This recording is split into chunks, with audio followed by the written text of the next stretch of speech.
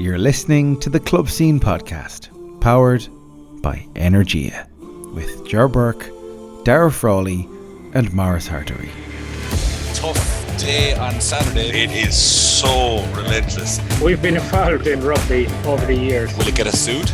Nah, I think it's bad form. They'll be fine. Clueless. Oh God, this is going to be the day when it's all over. Second.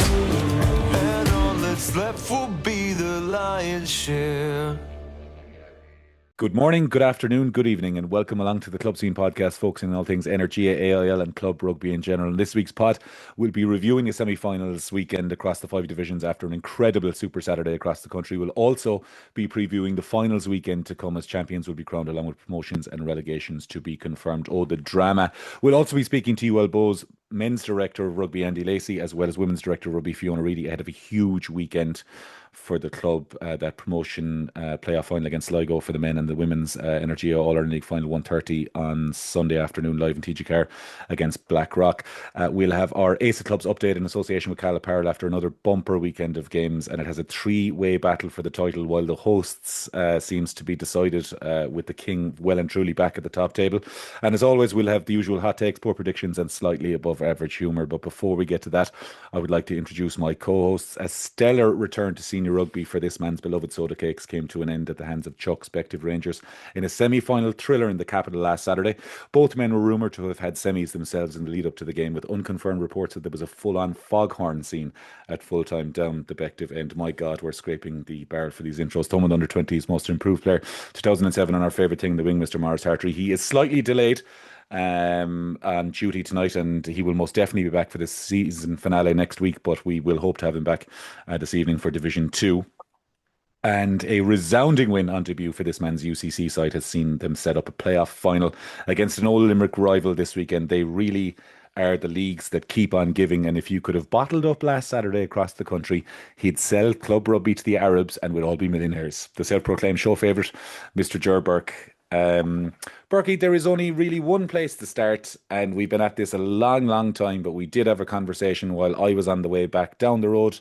You were in college on Saturday. It would warm your heart seeing right across the 5 divisions and the 6 divisions, including the women's, that on a weekend like that club rugby is certainly alive and well, and everything really came to be, and it just I don't think it could have been any better, apart from the teams that lost, of course. Yeah, I was sitting in the Mardyke on Saturday afternoon, and everyone crowded in after the game, both teams, referees, everyone sitting down having a bit of grub, a pint or two, and on the big screen goes on the second half of Lansdowne and Clontarf, and everybody was just engrossed with it. You'd have sworn it was an international game, and a bit of banter from some fellas connected with either club, and cheering for different sides and whatever. But not a single person moved until that final whistle. And on the screen, obviously, was whatever. We'll get to the game of rugby itself. You commented on it, was just ridiculously high standard. Can't compliment Tarf enough, but we'll get to that. But an absolutely packed out Castle Avenue. Yeah. It didn't look to me it looked to be 3-4 deep around the entirety of the pitch, behind the goals, up on the roof, on the bit of a terrace they have up there, packed again. Not exactly sun shining, and just you're kind of going, I know this is the second game. This is after St. Mary's sell 4,000 tickets for themselves in Ternior, with underage going free. Yeah. That had opened up the day on Saturday at 2:00. And I always go back to the comment Davy Quinn made when we were young and naive. But how many seasons do we know for all? 7, 8? 8, yeah.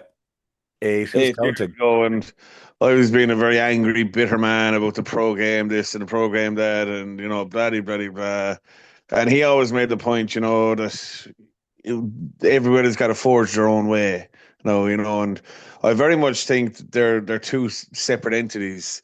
Yeah, they're players that cross over and obviously all that, but they're two very distinct things now. And I think Dublin kind of led the way in it, probably been honest, but I just think in particular Division One, club rugby is in a very, very healthy place.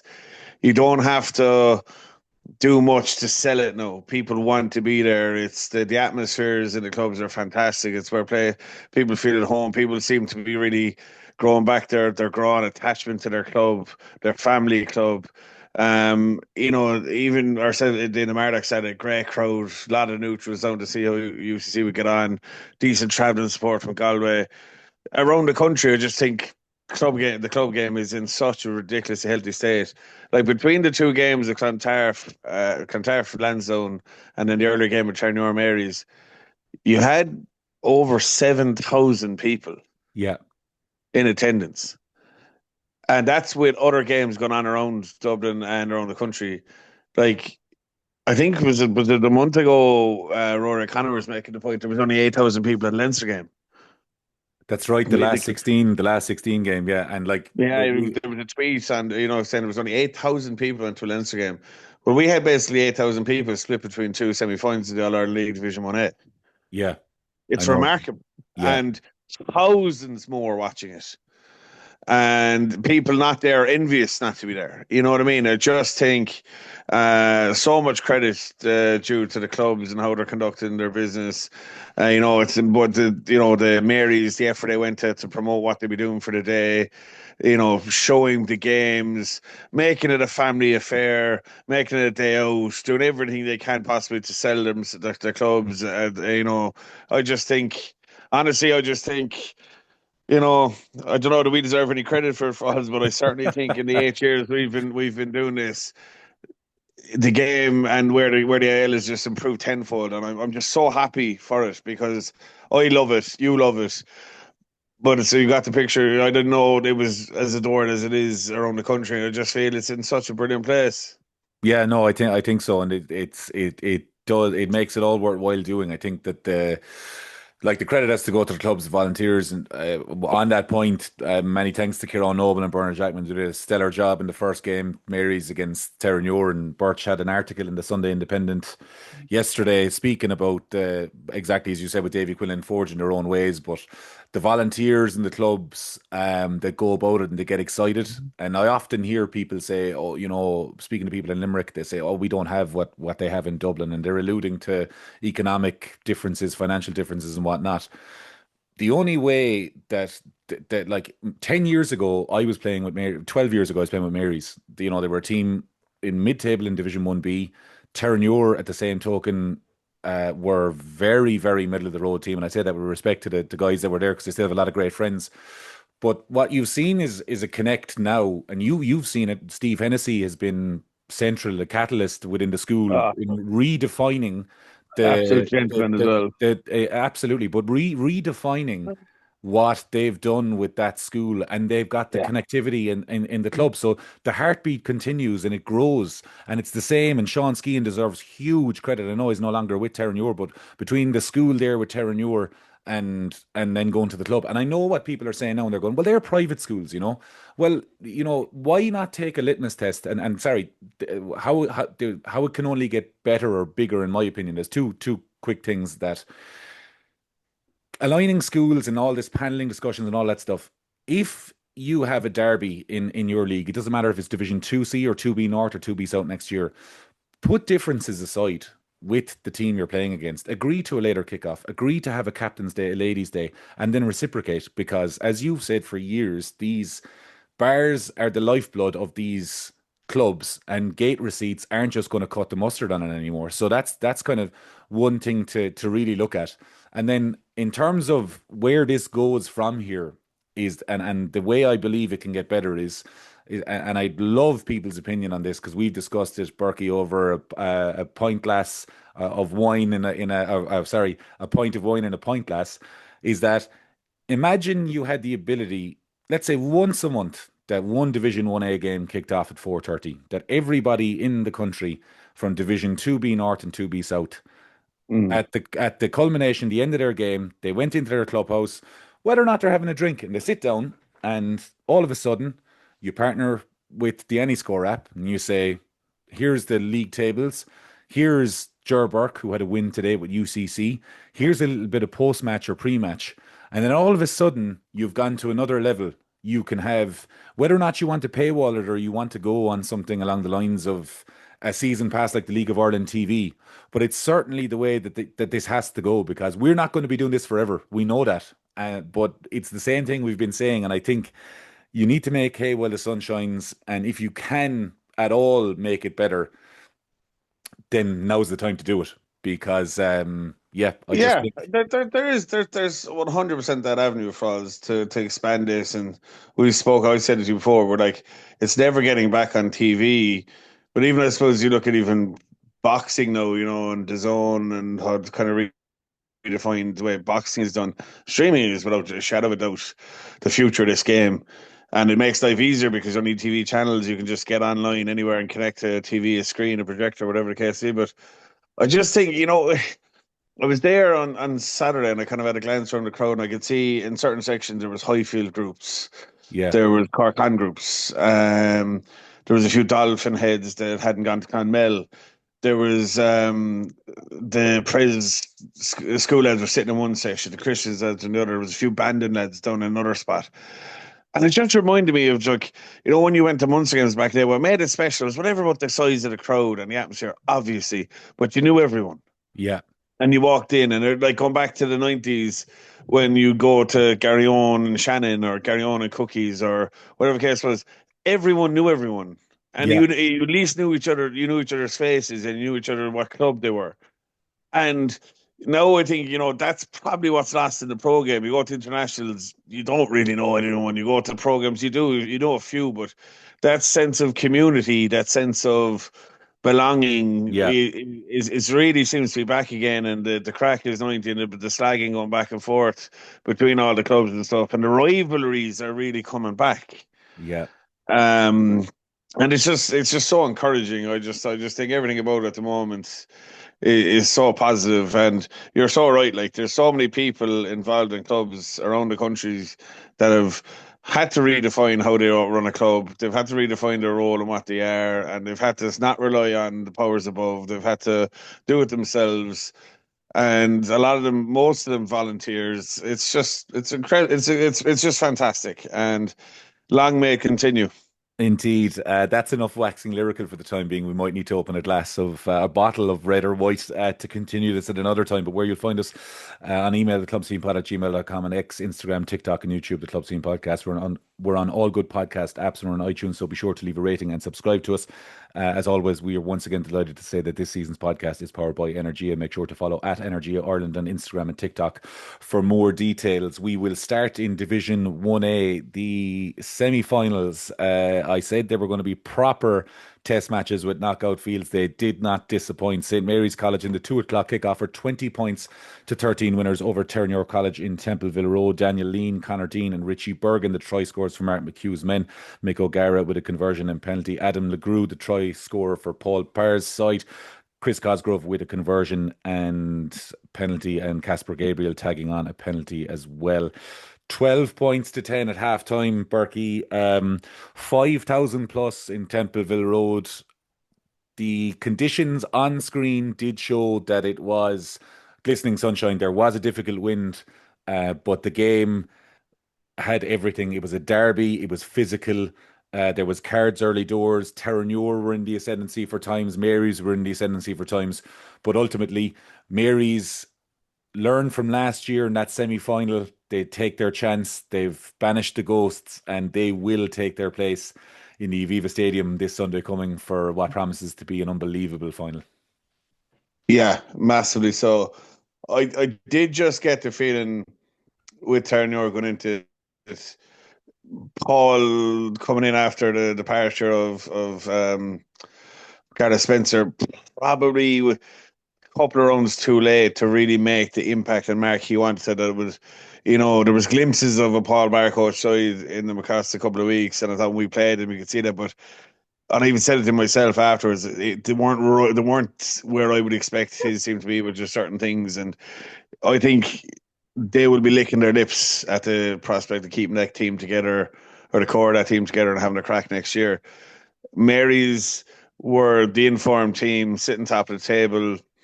but with that comes its own pressures, and I think they will take some encouragement and some confidence out of the fact that they lived with the favourites tag and pretty much led for the entire game and came up trumps. And again, you know, you're right, banishing the goals last year, learning from mistakes, and were more clinical, took their chances this year. I didn't see much. I only saw a couple of minutes of the game, but from what I gather, they were much more clinical in the 22 than last year. They probably would have felt the less scores behind them in that semi-final.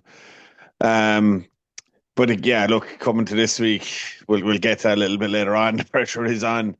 Uh, Tarf looks to be Tarf 2.0, fucking hell. But yeah, Mary's like, I don't like in 2012. I was there when they won an AIL.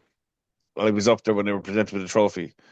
There wasn't 5,000 people there, Yeah. and this is my point. 14 years later, in a semi-final, 5,000. When you include the volunteers, you include the underage, you include all the staff, you include the players, you're hitting towards the 5,000 mark. It's just what a day to be a St. Mary's supporter, mini, Alakadu, lifelong member, and of course, player or coach. Just that's a day you're never going to forget. Yeah, it's incredible. There's so many subplots. Mark McHugh, an All-Ireland League winner with Mary's back in 2000. There's loads of players we can get into, which we will, but ultimately, And there's a guy, what a stamp he's had on the AIL. He's a winner as a player, did incredible with Lansdowne for years, a part of redefining how, the standard of attack in rugby in the AIL. I would give him credit to when himself and Ruddock took over there for years.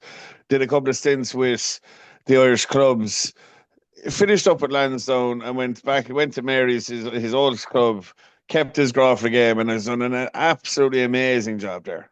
People like AIL true and true stalwart, like. yeah, remarkable. The game, so much to say about it.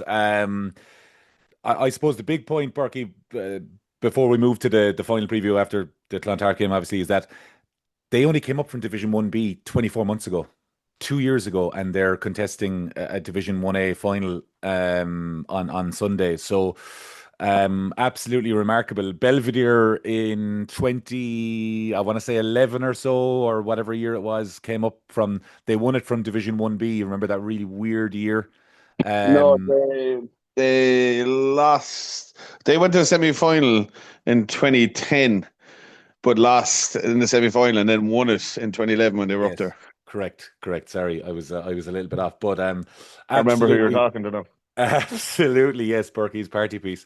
It is absolutely remarkable there, and well done to Garrett Logan and co. He's the president, and talk about a man that wears his heart in his sleeve. Still would put on a pair of boots if called upon, and no doubt he will be leading the charge to the Aviva Stadium on Sunday afternoon. That game live on TG Car as well, 4 p.m. kickoff post the women's final at 1:30.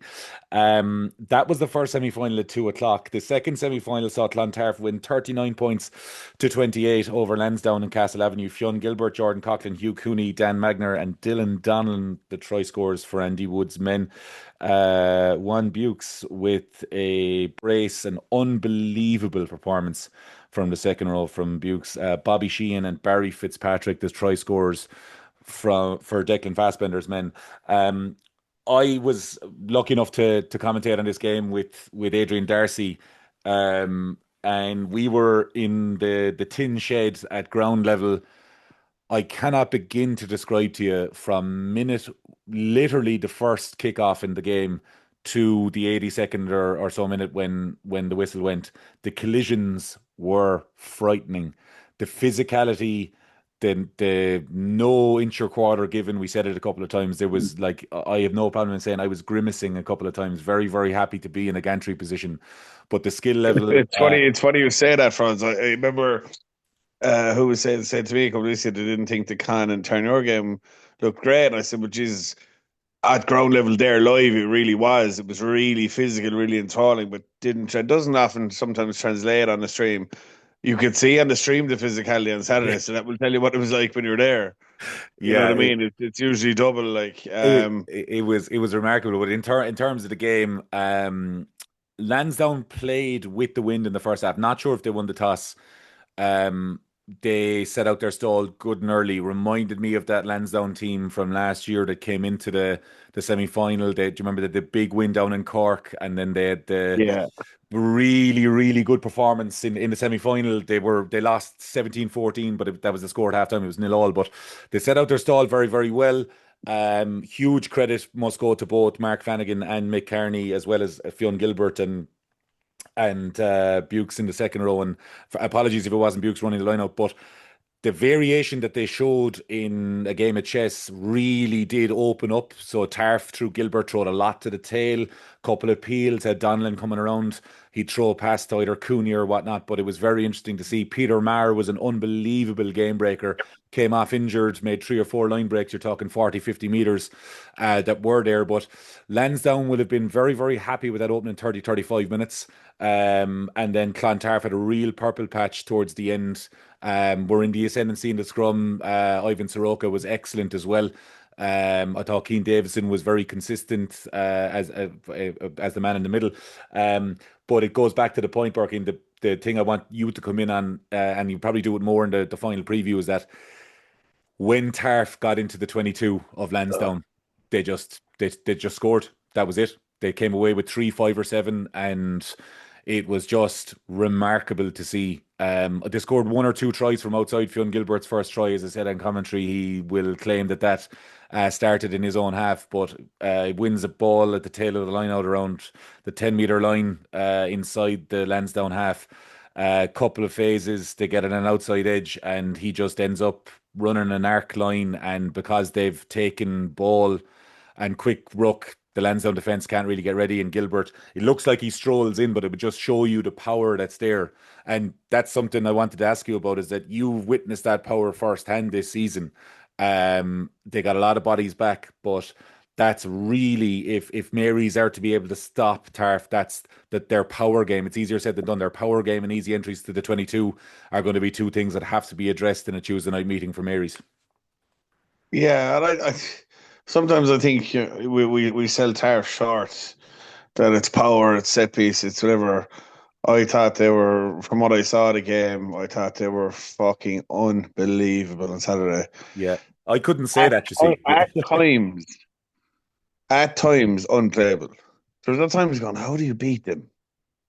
And I was like, there when they would, I know they conceded pretty quickly afterwards, kind of make game, but kept Lansdowne in it. And fairness to Lansdowne gave it absolutely everything, and played some beautiful rugby at times, and were unlucky and towards the end in particular with a couple of chances. But you're kind of just going, here we go, pressure, bang bang, opportunity to take it. Oh, penalty is gone. Here they go. They're going to score. Their ability to win. But I thought at times they mixed up their game well. They played well. They got the balance perfect, in my opinion. Yeah. But again, you start off there. Try scores: Hugh Cooney, Fionn Gilbert, Dylan Donlan. Same names we were hearing last year.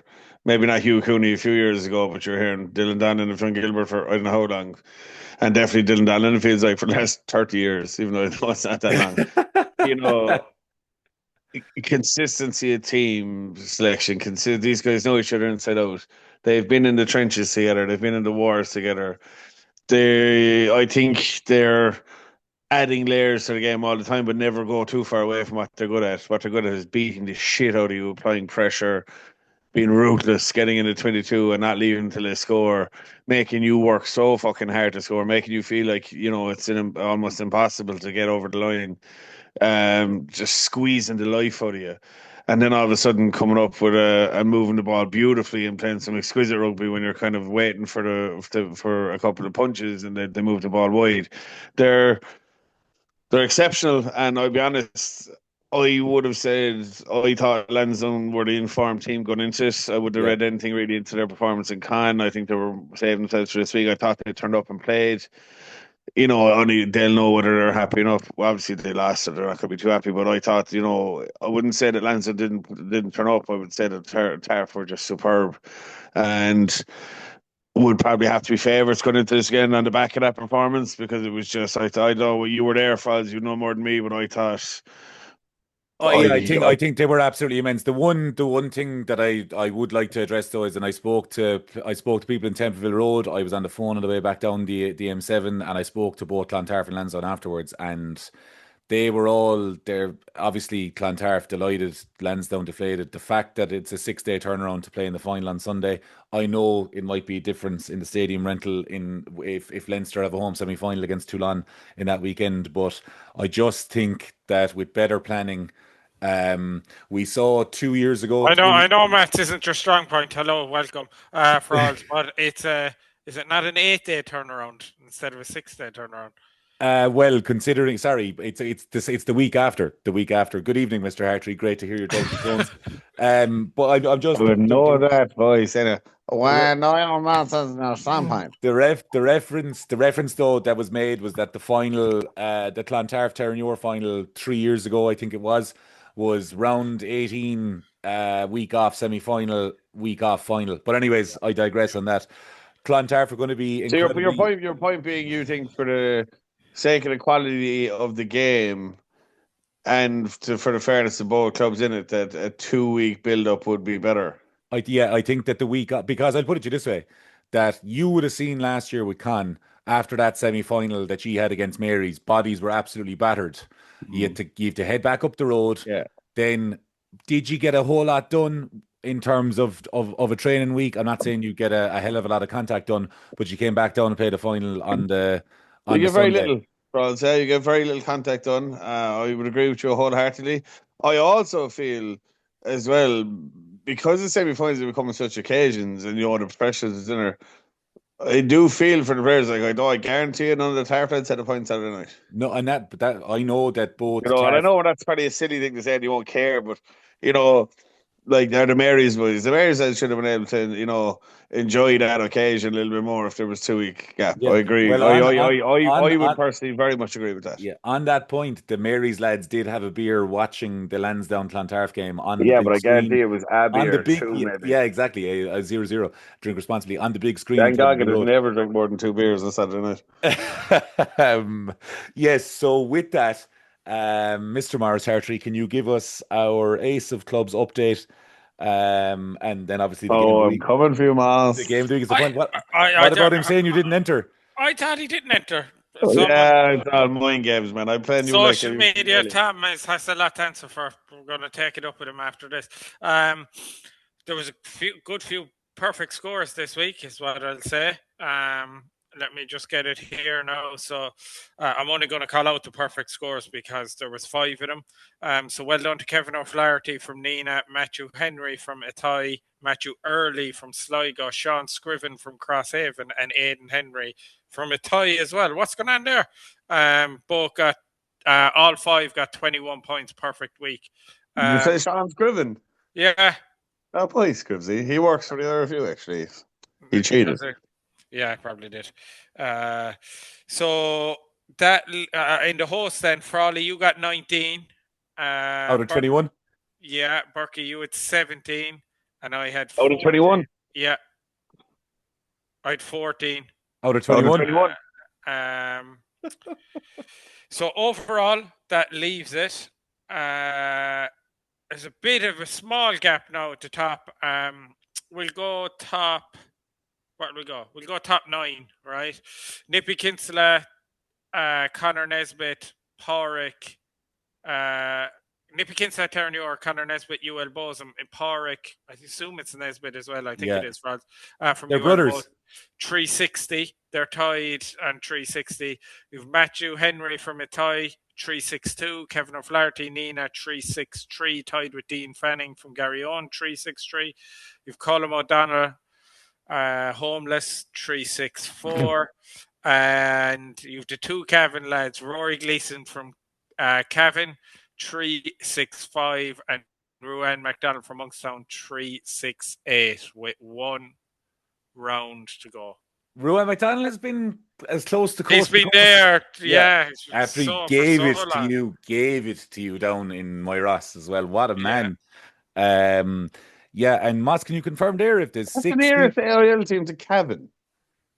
AIL team to Cavan, that's a good question, no? Oh, yes, that is a good I question. don't think it matters because there's no one from Cavan getting in the car paying for diesel to go that far to an AIL game. Like.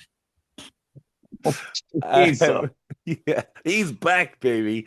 That could I know, yeah. be. That's Yeah. yeah. If anyone's wondering why me and Friday were so ridiculously positive, almost puke-like at the start, because Morris wasn't on. Yeah.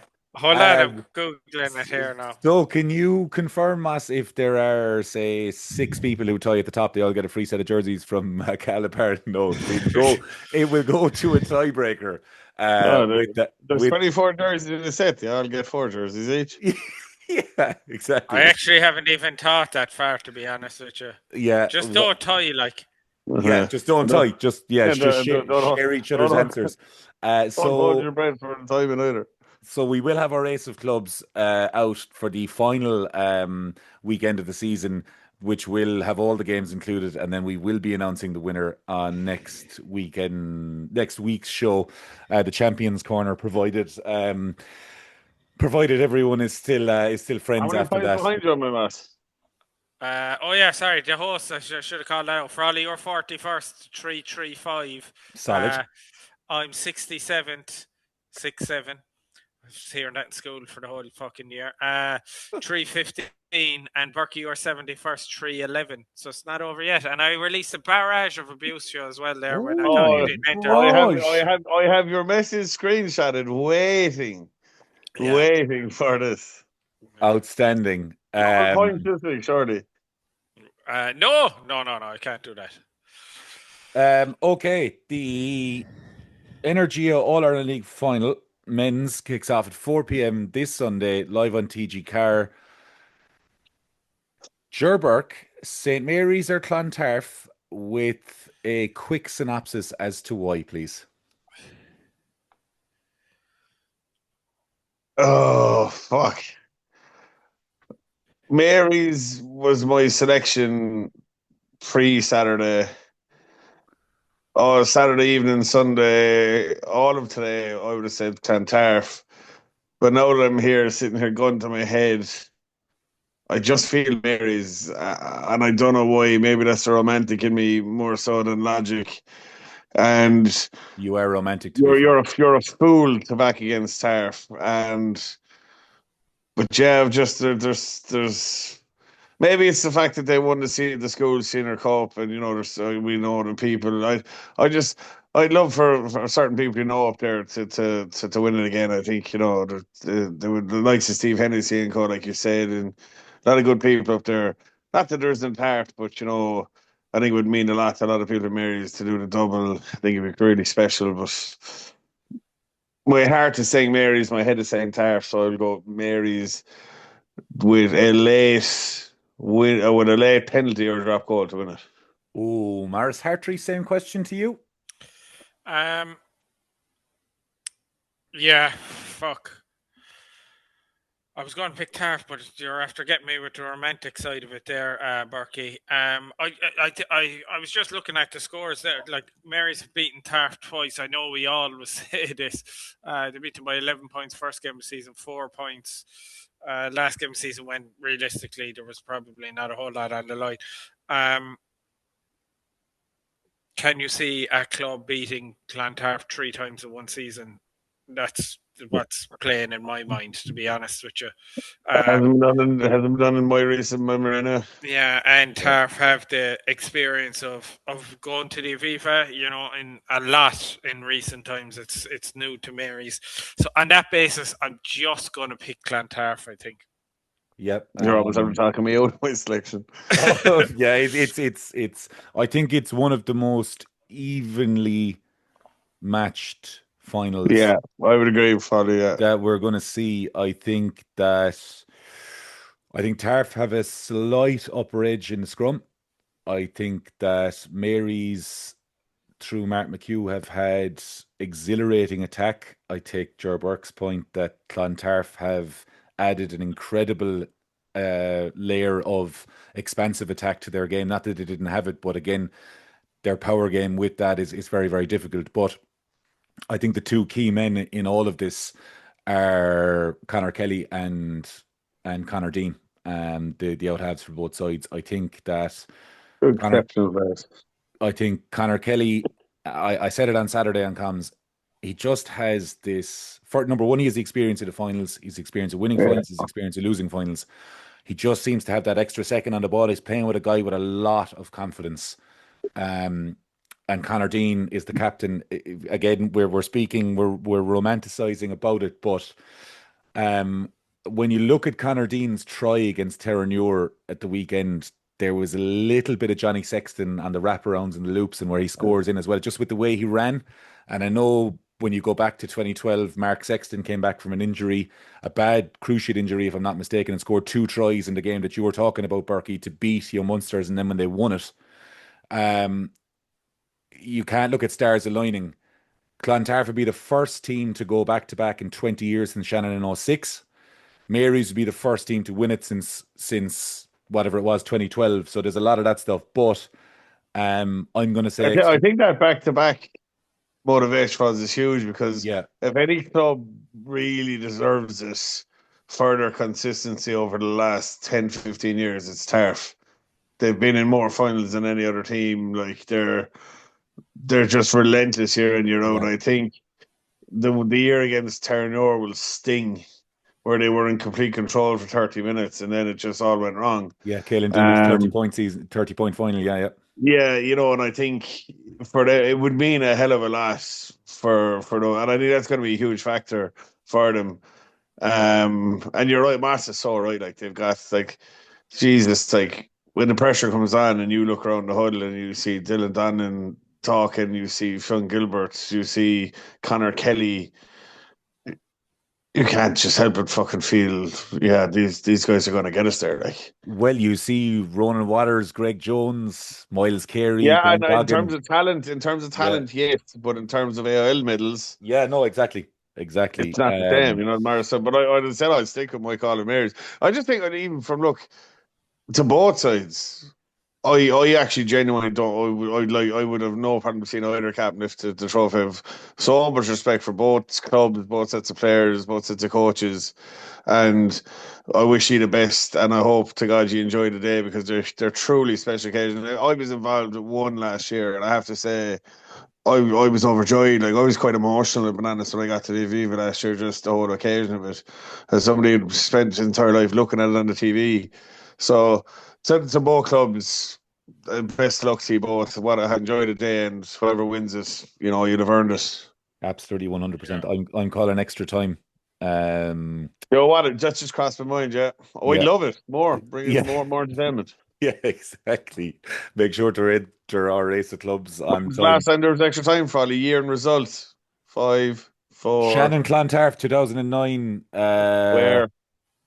Lansdowne Road, wasn't that? Sean Cronin got to try. Thomond Park, Lansdowne Road has been redone. Yeah, Thomond Park, Shannon, yeah. Shannon. I was on a free John to Shannon, told him I might sign. Got about 10 free points. You're the reason Regulation 6 came in, Earth. I was right. 2009, wasn't it? The game finished in a draw. Clontarf were beaten 17 all first try. Yeah. 17 all. Cracking game, though. Yeah, cracking game. Tyke Bennett and Co. Lads, we could be on all night. But anyways, the very best of luck to those teams. The Division 1A promotion relegation playoff semi-finals also took place last Saturday, April 18. Dublin University, Tony Smead's men will be back in the, at least, big-time playoff.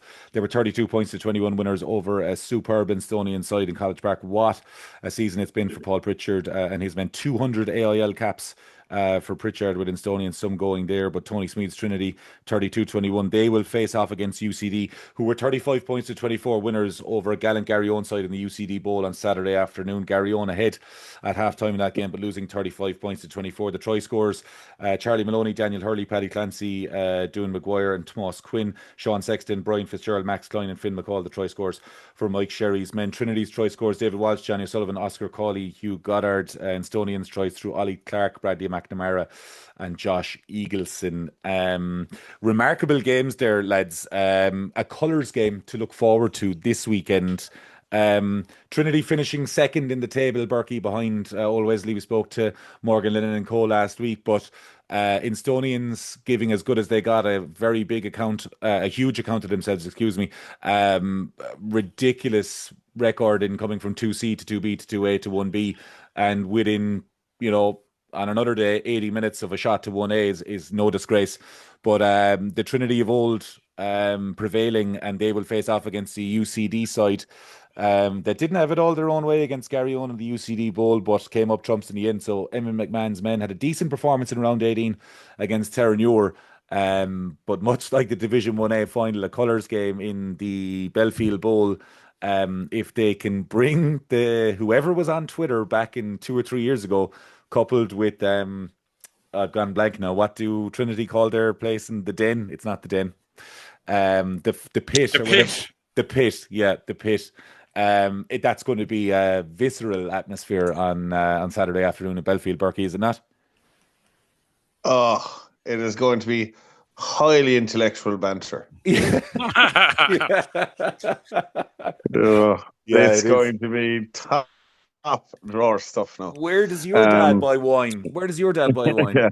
Aldi. A lot of references to mahogany. Yeah. Suede shoes, chinos, cheeses, I'd imagine. Not our type of banter. Rory O'Hanlon D4 as well. Just going to jump on here, guys. If you haven't seen him on TikTok, he's absolutely outstanding. He will get plenty of material from that. But anyways, Berkey, the game itself, in all seriousness, Trinity will be licking their lips to try and get back to Division 1A. The colours game rarely disappoints, and this should gather a big crowd on Saturday, particularly with the Division 1A final being on Sunday in the capital. Yeah, yeah. You're a rugby head and doesn't have to take your kid. If you're childless and into your rugby, you should be in the bowl on Saturday and be in the Viva on Sunday, or else you're in Egypt, because they're gonna be two spectacular games. Whereas you get away with murder. Actually, I met a fella the other day, man. He was bringing his kids swimming in the Mardyke. He'd already been at gymnastics and camogie and was going to a soccer blitz afterwards. Morris has all that ahead of him. I actually got sick. Berkey. And then he decided a birthday party after that. I was like, man, why I'd rather go to work.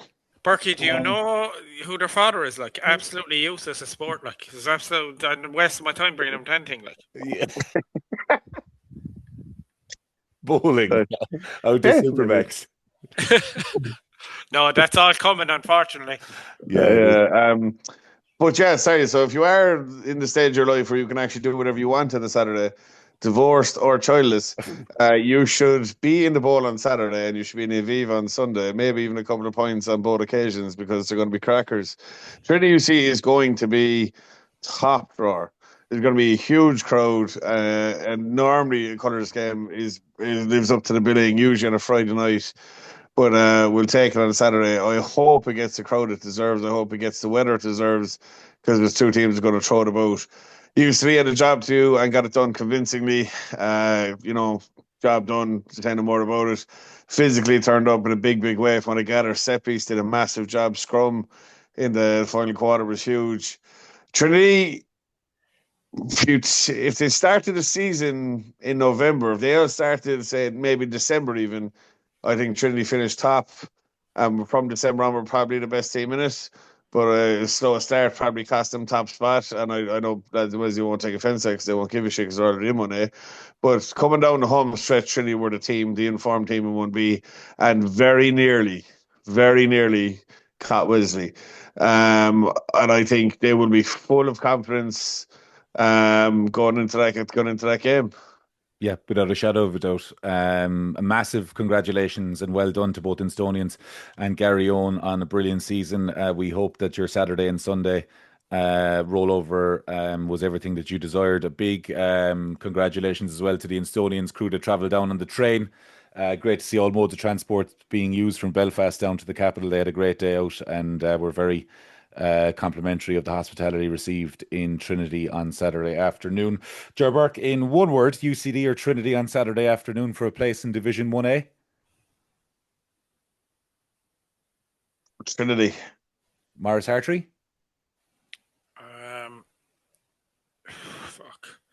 Yeah, I suppose the teams are going to be as stacked, aren't they? Like Garryowen, UCD, they were stacked, those two teams. Yeah, I think I'm going to go with Berkey and go for Trinity. Actually, I was just having a look there, and the 5 finals this weekend, every single one of them has the 2 highest ranked teams in it, bar one. So what's any guess? And that actually hasn't been the trend in years gone by. No, it Like, has not. that- It has not been the trend at all. It's Sligo. Sligo are Yeah, the yeah. and they were the only Yeah. away winners throughout the course of the week. What a win it was! We'll get to that in a few moments' time. But I said extra time in the final of 1A. Fuck off. I think UCD. I think UCD in a scrappy but highly entertaining affair that Ger Burke will rate 10 out of 10. And I haven't said it in a long time. 1-score game. That's what we're going with. I thought you were going. They're sitting on the bench. No. I think, and I wouldn't be surprised at the same time. And by the way, met Aaron Moss. There's no rain in Ireland for the next 10 days, so that could lead to several of the front 5 for both sides melting like an ice cream in the Belfield Bowl. So we'll see what way that one turns out. So I heard you're not logging in if you want to have an arse degree. Well, I'm fucked, so yeah, you definitely wouldn't get in up there. Hey, just well to finish, my Faz, I've got to say it, like, how I know they haven't, it would have been just inconceivable for the Estonians to go up again. But Jesus Christ, what a run, lads. Yeah. And, I don't think this is the run over, by the way. I think they've gone a ridiculously long way, and they're ambitious to keep going, which you can't but commend. I saw the interview with Paul Pritchard afterwards, and like that, his words were mixed emotions, proud, but we could have, and I was like, I have such respect for that, They were 2 safe years ago. They don't care. They're not counting. They're not sitting back on. Oh, we're great. They still have ambition to go again. But I think when the dust settles, they're sitting at the top end of 1B after winning a junior club 4 or 5 seasons ago. I think amazing. I think, Berkey, like you said, when the dust settles, this might sound harsh now, but it might be the best thing for the club that they didn't go from 2C to 1A in that length of time, that quickly. Yeah. It mightn't be a bad thing that they're in 1B for at least another season. Yep, fair comment. I agree with you, Mark. I agree with you. The Division 1A playoff final this Saturday in the Belfield Bowl sees UCD and Trinity in the colours game. Make sure to bring your honours degree if you did anything above arts, according to Ger Burke, for that one. But no, the very best of luck to both Edmund McMahon and Tony Smead and all in UCD and Trinity. Is going to be a hell of a game, and all is fair in love and war. In the Division 1B promotion relegation playoffs, the tradesman. Yeah. Shannon were 34 points to 22 winners over Dungannon, with UCC winning 40 points to 10 against Galway Corinthians in the Mardyke. That means that UCC will welcome Shannon to the Mardyke this Saturday for a place in Division 1B should UCC survive, and Shannon will be promoted should they win. Oisin Minogue with 4 tries, Jamie Gavin with 4 conversions and 2 penalties, James Gamble, Captain Fantastic, with a brace, and Sam Montgomery with the 3rd try for Johnny Gillespie's men. Evan Clark, Ted O'Callaghan, Charlie O'Shea, Gene O'Leary, Kareem, Danny McCarthy and Conor Ryan, the try scorers for Ger Burke's men, and Owen Conlon and Tom Waters, the try scorers for Corinthians. On a funny note, I stopped in Junction 14 on the way back for a Zambrero, if you're listening, Dara Fanning. Which was lovely, by the way. You definitely got a suit, Max. No, I didn't. I got a Zambrero. You're a liar. No, I'll show you the receipt. Oh, sorry. Yeah, sure. Tripping up for the wedding. Yes, correct. And some fella had a couple of beers and was having a right old go. It's Frawley, not Froley. But yeah, it was great to see them.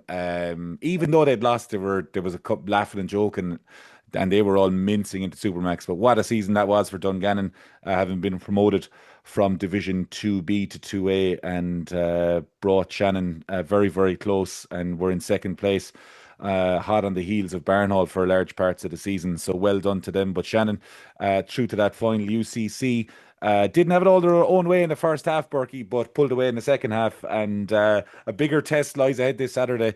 But happy enough with the performance, certainly in the second half last Saturday just gone. Yeah. So, Morris, Shannon are playing UCC in the final on Saturday. Who do you think is going to win that? Well, what I would say is, I haven't been on, obviously it wasn't on last week, so, the breaking news, the yellow banner across the screen, I wasn't here for that, but there was a man in charge of UCC, and if they win next Saturday, he could be the happiest man on planet Earth. That's all I'm going to say. Yeah, in relation to that, that's a double whammy is that's how a I fair. describe it. That is a fair comment. Yeah. So we move on, so we. But are we calling it or are we not calling it? How many points is Arts in UCC, by the way, just from a recruitment point of view?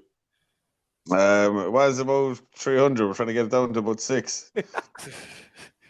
Are we actually calling the game? Or are we? No, yeah, we'll leave that to Ace of Clubs. We'll leave that to Ace of Clubs okay, on that front. So that is Division 1B promotion relegation playoff semi-finals taken care of. In Division 2A, Old Crescent were beaten 16 points to 10. We might be looking for a manager, actually, Matt. Yeah. How much you pay? I'm not promising anything, no, but send your CV in. Yeah, probably wouldn't get it anyway. It depends who's doing the interview. What's their culture like? Sligo were 16 points to 10 winners overall. Crescent in Takumi Park. Unbelievable win for the men out west against Limerick's Old Crescent, which means Old Crescent That Chinese is flying ever since they took over sponsorship.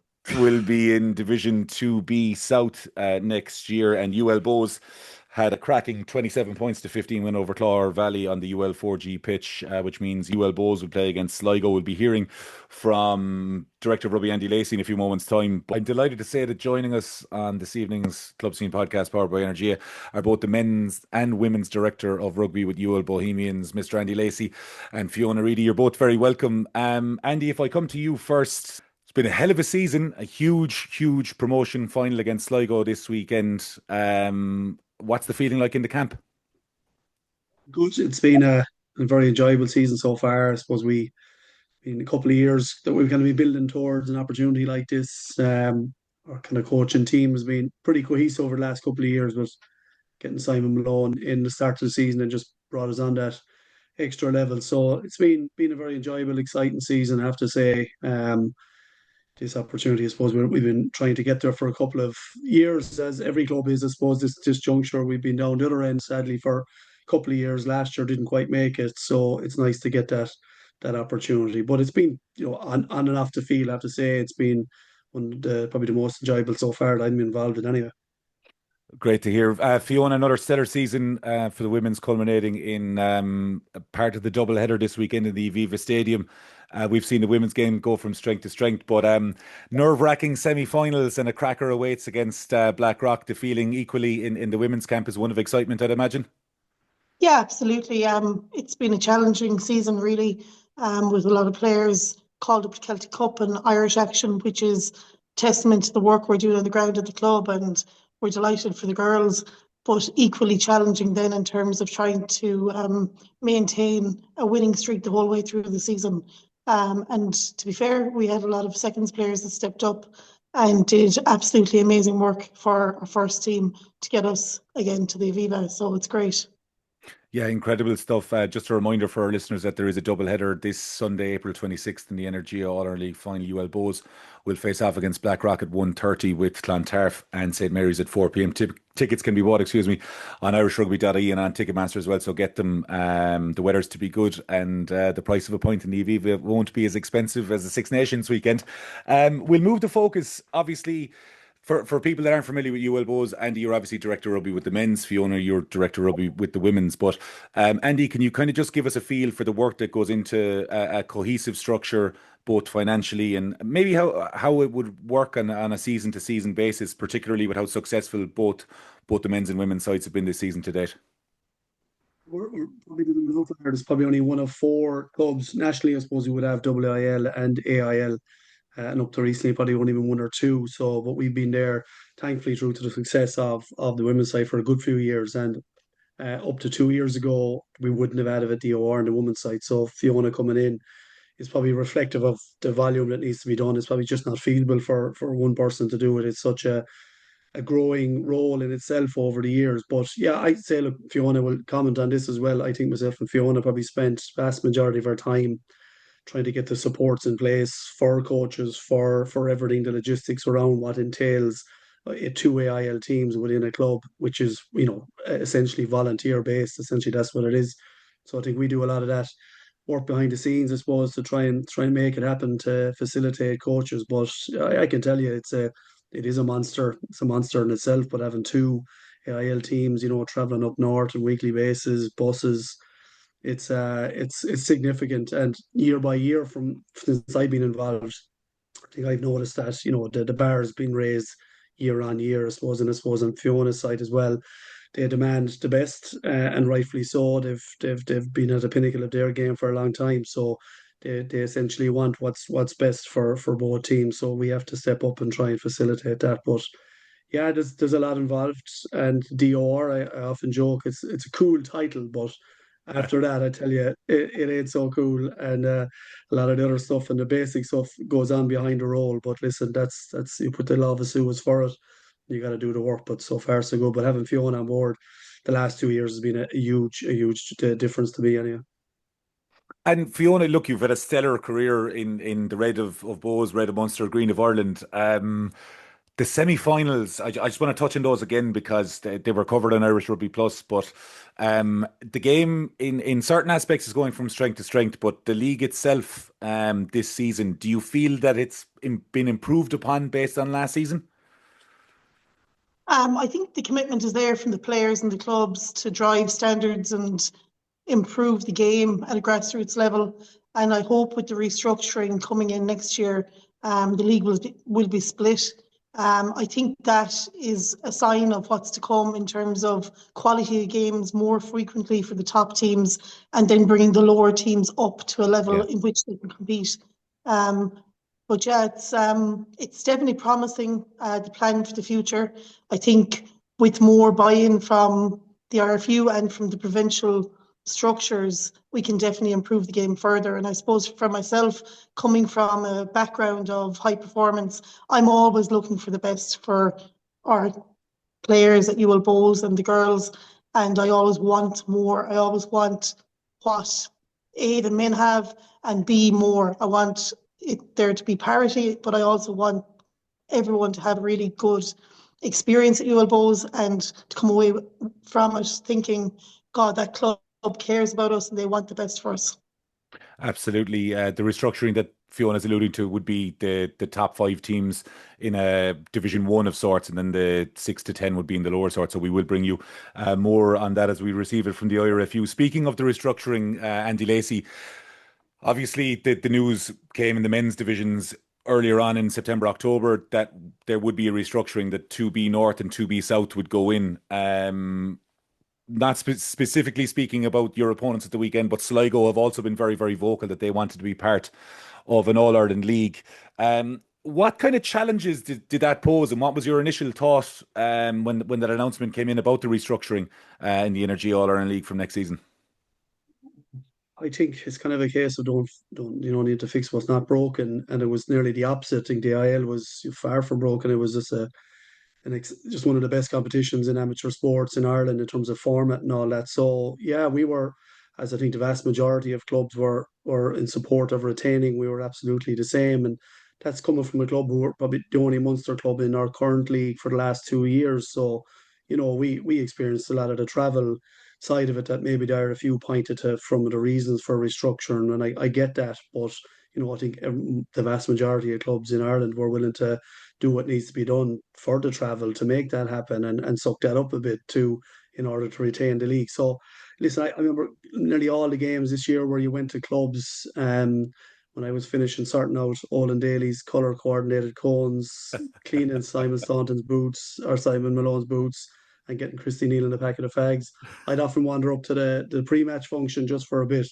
And I think everyone I went to this year, there was a reference to kind of a sadness that, based on maybe the geography of the two clubs, or maybe if one of the clubs was, going to be promoted or whatever it is, that the reference that this could be the last time we see each other in X amount. And that's one of the biggest points, that kind of social cohesion, that relationships have built over the years will be lost by this. So look, I get there has to be, you gotta embrace a bit of change sometimes, and innovation, and see does it work. But I hope that they've something built in that in a year or two, the RFU will review, listen to clubs again, and then have that kind of leadership to say, you know what, maybe we go back and listen to what the clubs on the ground. Because I said, incredible competition. Like I always see after the game in dressing rooms, when win, lose or draw, you're in the dressing room. What are the lads doing? There's this chat, the phones are out.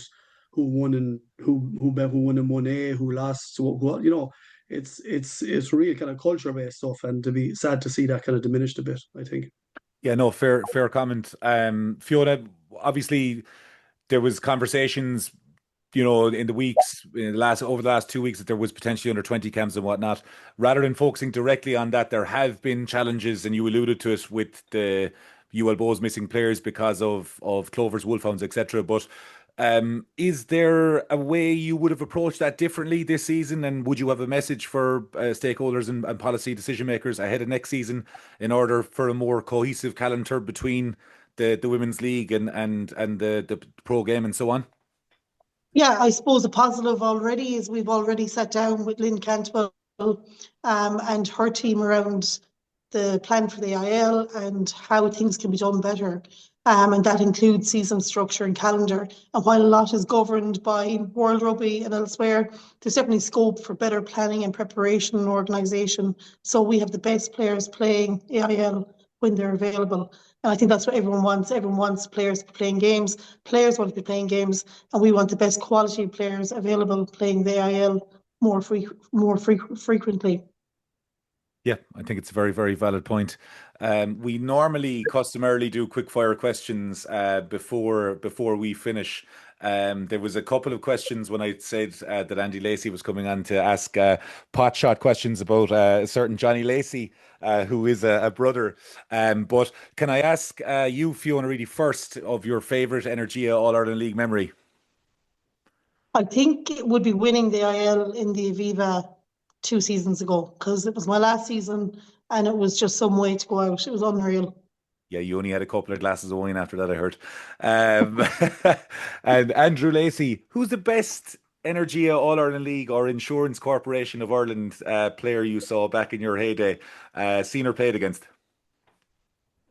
Well, you've referenced the brother now, so he was the top try scorer for a long, long time. I think he was bet by someone in the AIL, but I don't want to be bigging him up now. But if we're looking at a Bohs player, it's your friend and my friend Ian Condell in terms of longevity and that, and a servant to the club. And I think part of our success this year was a kind of rejuvenation of a bit of a seconds upsurge, I suppose, and a bit more competition at seconds. And testament to that man, he's not even living in Limerick anymore. He was on the sidelines for a lot of our seconds over the year, and just a great guy, and a hats off tip to him. And he was definitely some competitor in his day. Always mad about him. Yeah, absolutely, 100%. It is worth noting that Mr. Condell is getting married, so he is practicing getting out of the house good and early to travel down to Limerick. But I'd love to stay and chat all night, lads. It would be remiss of me not to wish you both the very best of luck this weekend in your respective finals. UL Bohs against Sligo in the 4G at 2:30 on Saturday afternoon, and UL Bohs women's side face-off against Blackrock at 1:30 p.m. in the Aviva Stadium. If you can't make that, that's live on TG Car. Coverage starts at 1:15. So, Mr. Andrew Lacey and Miss Fiona Reidy, thank you very much for taking the time here in the Club Scene podcast. And UL Bohs and Sligo will go head to head for a place in Division 2A of the All-Ireland League, with the loser being in either Division 2B North or 2B South. If Sligo were to lose, they'd be 2B North. If UL Bohs were to lose, they'd be 2B South. But both Sligo and Bohs have made their claim and to say that they want to play in the All-Ireland League. And what a win for Sligo. Commiserations to Crescent. They've been brilliant in Division 2A over the last number of years, but a bridge too far. Joe McInerney, the sole try scorer for Michael Harding's men there. Jeff Williams with a conversion and penalty. Eric Check with 2 tries for Sligo. Rest assured, he will never pay for a point again, as should Sligo get promoted at the weekend. 8 points to 7 they led at half time. 16-10 UL Bohs try scores. Liam Nealon, Killian Deneen, Jordan Mills, Darren Ferrer, Keane Casey with 2 conversions and a penalty. Matthew Botwell and Michael Botwell, the try scores for Clogher Valley, and David Maxwell. What a run Clogher Valley have had as well. So plenty to digest there. But the big one this Saturday, Bohs against Sligo in the UL 4G for a place in the Division 2A of the All-Ireland League. It's worth saying, Freddie, like, I think in the context of the change we're getting here, like, this is one of the biggest changes. It's the biggest. Yeah. Yeah, probably. Yeah, it is the biggest, actually. But since we've changed to an All-Ireland League from provincial, this is the biggest shift that the amateur game has seen in the country. And that game between Sligo and Bohs is fucking massive. It's like the championship game in obviously they don't get the £30 million, but it's like the championship game going to the Premier League. It's the regionalisation, and I must commend Sligo and Bohs, where they both said at the start of the year They didn't want to be part of the. Yeah, they did. And Simon Malone, what a job he's done. Yeah. And a great guy as well. You know, there's so many good people involved. I'm delighted for him, and I'd be delighted for him to get done. But it rings in my ears. I was actually last week. I was doing looking at my S clubs. Always go back to when we had they were one of the first teams we asked about should it be regionalised way back when, and Sligo came on and were adamant. All Ireland League was the only show in town, and All Ireland competition, and they're fighting tooth and nail to make sure that they remain in the section of the country that is in All Ireland. And I just commend them. Whatever happens this Saturday. They've given it every shot they could. Going to be a tough game. Yeah, I agree with you wholeheartedly, Berkey. Like, I don't think we're speaking out of turn by saying probably of all the clubs we spoke to this season, Sligo were the most vocal about going to regionalisation. Yeah, and to put themselves for years gone by. Yeah, they've always been that way. Yeah, so to put themselves in position to get out of it is, fair play to them. From a Crescent point of view, lads, they're probably not going to thank me for this, but like, it's so disappointing when I'm so disappointed in Old Crescent. I look at the resources they have, the facilities they have, the number of underage they have. And for them to go down this year when the league I'm not going to say it's catastrophic for the club, but my God, it doesn't hurt the club long term, like, because these leagues are not going to be easy to get out of, like, and with the resources and underage and numbers they have, they should not be in the regional. They shouldn't be there. So they need to do some soul searching and figure out how they're going to get this right. In terms of Bohs, like, it's a massive game for them. I don't think, like you said, Franz, they haven't been hiding their ambition to get out of it, to make sure that they're in this, All Ireland League, we'll say, and you kind of alluded to it, Berkey. Like, I just think it's great that we're getting Bohs and Sligo again in the playoffs. Two teams that hate each other. Yeah, there's no love lost there. And it's going to be brilliant. Retaking conversions last day of the game. Jesus, yeah. I forgot about that. There is, there's absolutely no love lost. As I said, we'll be hearing from Andy Lacey. I actually completely forgot about that. And so nothing like. It's sad, I suppose we spoke about it in the year and we kind of just got on with it, but from your point of view with Tom and Mass, there was nothing you could do about it from 2C. I was involved with Con in 1A, but I suppose now that it's here and you're having a conversation, Christ, next year's going to be very different, isn't it? Yeah. Yes, it is, yeah. Things, the times they are changing, as Bob Dylan or Ron Burgundy said. I can't remember. Like, you're going to have to be realistically a really, really good side to get out of these regional divisions. Like, really good, because you have to win the league. You're in a final. If you lose that, you're into playoffs with, I think it's only the teams that come second. Like, so if you're coming second in 10-team league, you're going to have to be a really good side. Like, 100%. It's going to be very, very difficult to get out of 2B North and 2B South, and we will, of course, bring you the lineups. We only have to do a podcast on 3 divisions extra, do we? Yeah.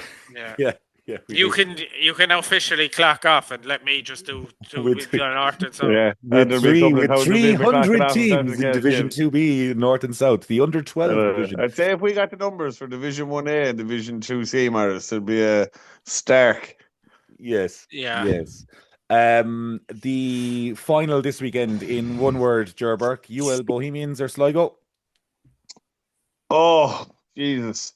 I know in years ago I've been slagging Bohs, and just to wind you up and if not else, but I have to say I really, really commend what Simon has done there. And I'd like to say Bohs, but yeah, there's fucking fucking easy. Bohs just about. But it's got to be tight. Just got to be tight. Morris? Yeah, they split the games, didn't they? Went home advantage in the league. Sligo won up there, and then Bohs won at home to Sligo. It's going to be very, very tight. I tell you one thing as well, Mass. If Sligo go away to Crescent and win a semi-final, and 7 days later go back to Limerick and beat Bohs in a final, that would be one of the most respectable or impressive Stellar. Oh yeah, that's promotions that any team has ever gone through. Yeah, I think Bohs put a bit of a score up in them. Where's the game on, Frolly? Is it Anacati or is it on the 4G? The 4G. It's on the 4G. I think Bohs might trade it. How much does that cost me? I think it's €150 in order to rent it. The game costs, okay, so about Yeah, I think one score. I think Sligo. I think the history more so. I know we're speaking about Tarf and the finals and 20 years and back to back. I think there is history here. I think there will be words said in change rooms pre-game. And obviously teams want to keep focus, but I think there'll be a bit of spice to How this. many years ago was that, Was it last year or the year before? No, the year before. The year before. The year before was the retake and conversion, yeah. Yeah, that was outrageous. Is this season, we were saying earlier, this season 8, Friday we're doing? Yes, it is, yeah. Shamar's nearly 40. Yeah, 40 next year. Unbelievable. Magaluf weekender. People are listening on, he's only 39. I thought he was 86. Oh my God, I thought he was 50. The Sligo UL Bohs game will kick off at 2:30 on What are the you doing for your party, man? UL 4G is going to Marbella in August, doing a live Oh, podcast yeah, in August from Marbella. Yeah, you're doing a couples thing, like you're doing anything with the lads, no? I might do something, but in April, like it's not next April, like.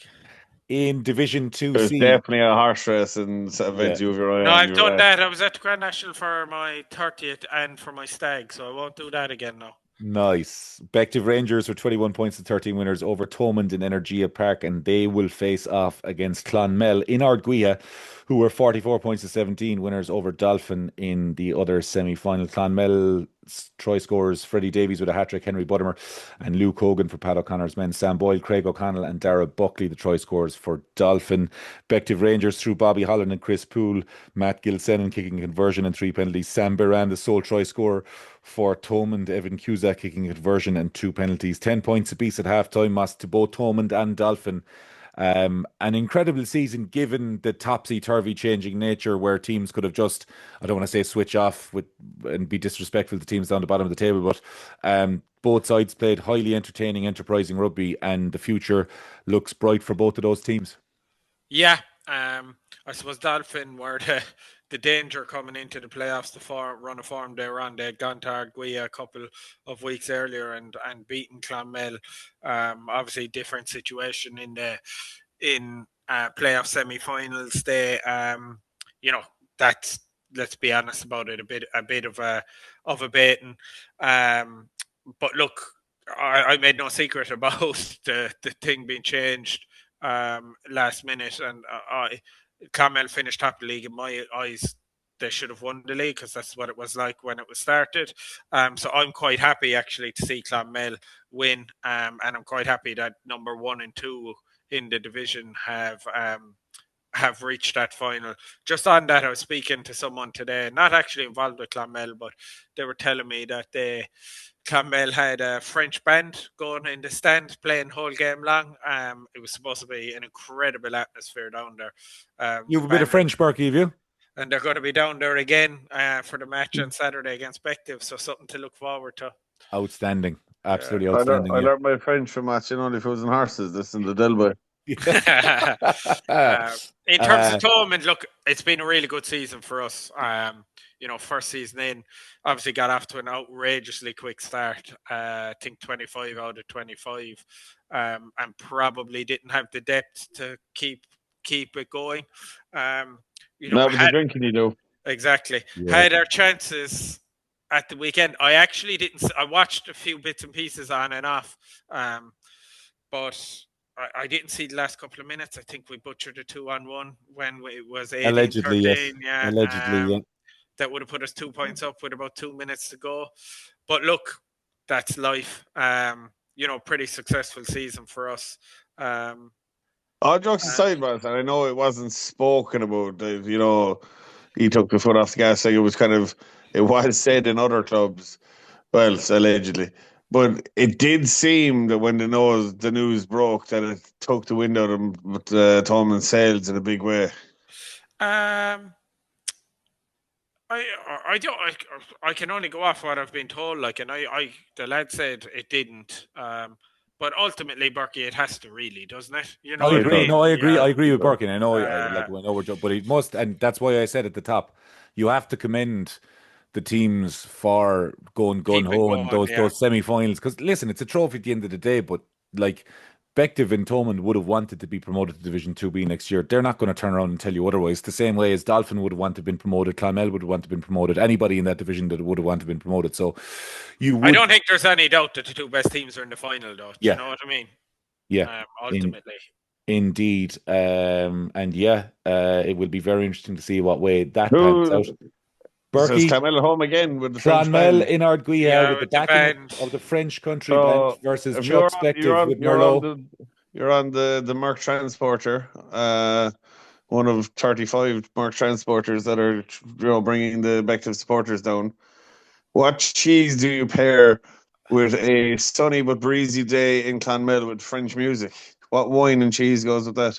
Oh, you're asking, Bit of Rockford. Yeah, Rockford. You'll have to have the cash and blue anyway because it's local. What about a few slices of easy singles and an old bottle of Buckfast? Yeah, that'll be Morris's approach.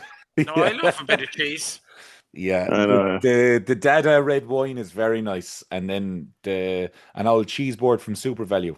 Yeah, That's what Morris's kids call him when they're down in Thomond. Dada. Yeah. The goats are back, lads. I saw them there the other day. The which? The goats, the Myras goats. Billy There's a goat. family of them now. There's a family of them now. There usually was only one, but They've they're been made wandering homeless around. after they There was only one. What do you call it? A miraculous conception? You know the the picture of the immaculate conception. You know But there had to be at least fucking two, man. I know, yeah. The original one though of that the Rubber Bandits put up and he riding the Alsatian like. Yeah. Well, isn't the Alsatian riding him, no? Yeah. No, he's getting a piggyback off one Alsatian to have sex with another Alsatian. Yes. Social media Tom night boy put it out. Lads, we have to set up Patreon. Yeah. Only in Division 2B South or whatever. Yes, exactly. Bective Rangers go to Tipperary to face off against Clonmel this weekend. Gerberk, will Clonmel lift the Division 2C title or will Bective spoil the party? No, I think Hodjock's side. I think I agree with Morris. I think Clonmel deserve to lift the trophy, and Pat O'Connor, in fairness, is a guy that will knows how to get the best out of fellas. Again, another absolute AIL connoisseur. He's the guy who brought Clonmel up. How many years ago it is now, and I think they'll have too much perspective at home, and rightfully so, be named champions. And I think they will take pride in the fact that they lift the trophy as well. Yeah. Not to say they'll all go their own way, back to a fine side, but I think Clonmel have to be favourites at home. I agree. Moss, your take? Yeah, I agree. I think like these two sides, they played a cracker above in Donnybrook, Energia Park. Oh Jesus, I did that one out. I think they conceded late, but got 2 points and then won at home to Bective. So they've split the two games. I think Clonmel probably will. They've won 2 more games than them this year as well. I just like to see, and that's nothing against Bective, with Chuck, and they're a great club. We've played them 4 times in the last 2 years, but I just think it's standing by exactly what I said after 5 games into the season. I also just think you have to pay attention. Yeah, sorry, Master, interrupting you. I also think you just have to pay attention. Like, that was some fucking performance in the semi-final, some results. Yeah, exactly. Yeah. No, I think Pat O'Connor and Clonmel have gone, no, we do want their names in this trophy. I think they're putting value in it, and they're going about their business to enter Division 2B South as one of the favourites. Yeah, indeed, they will. Biggest game for Malahide and Boyne this weekend will be the winner taking their place in Division 2B, North or South, next year to be confirmed. But that's 2:30 in Estuary Road. Boyne losing their promotion final, but get a second shot at it after Malahide's miraculous escape on the final day, relegating Belfast Harlequins to junior rugby. A huge prize at stake, massive senior rugby for Malahide or Boyne. Difficult to look past Malahide with respect to Boyne. They shipped a heavy defeat, but Malahide just seemed to be peaking is the wrong word, surviving at the right time. Yeah, and look, I'm not going to stand here and pretend I know anything about Boyne. I don't, right? I know that obviously you have to be a really good side to win the Leinster Junior League, and we've seen over the last 4 or 5 years that they tend to do well once they get into Division 2C, or even if they get into these playoff matches, the Leinster champions. My concern for Boyne will be similar enough to Instonians in terms of they won 1B last year in Leinster. They come up, they win 1A in Leinster, so they're obviously a very good side to do that. But Malahide over the last... I've been saying it for the last 4 or 5 weeks, the fight they've shown over the last 4 or 5 weeks, and the momentum they'll take out of getting literally a miracle survival to get to this game. I think at home they might just have too much for Boyne, but like I said, that's a shot in the dark because I haven't seen Boyne play.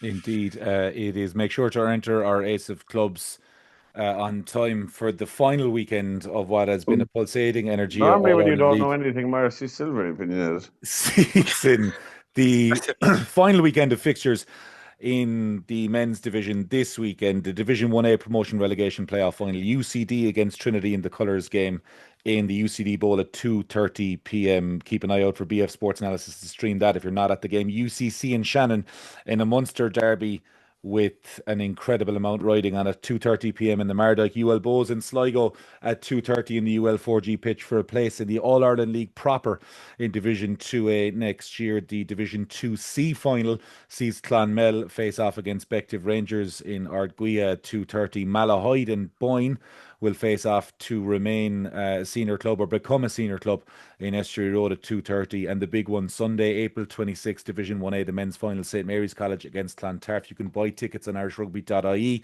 The weather is to be good. You could do a hell of a lot worse on Sunday at 4 o'clock than going out there with the kids, as Berkey said, whether you're married or not. And the women's final will see UL Bohs face off against Blackrock at 1:30 p.m. If you are at games this weekend, X and Instagram us photos, points after, results, tries, bus journeys, and use the hashtag EnergiaAIL. Ladies and gents, that is a wrap for Season 8, Episode 20. Many thanks to my co-hosts, Moss and Berkey, to UL Bohs, men's and women's directors of rugby, Andy Lacey and Fiona Reidy, and of course to you, the listeners. I've been Dara Frawley. We've been the Club Scene Podcast, powered by Energia. It all comes down to this.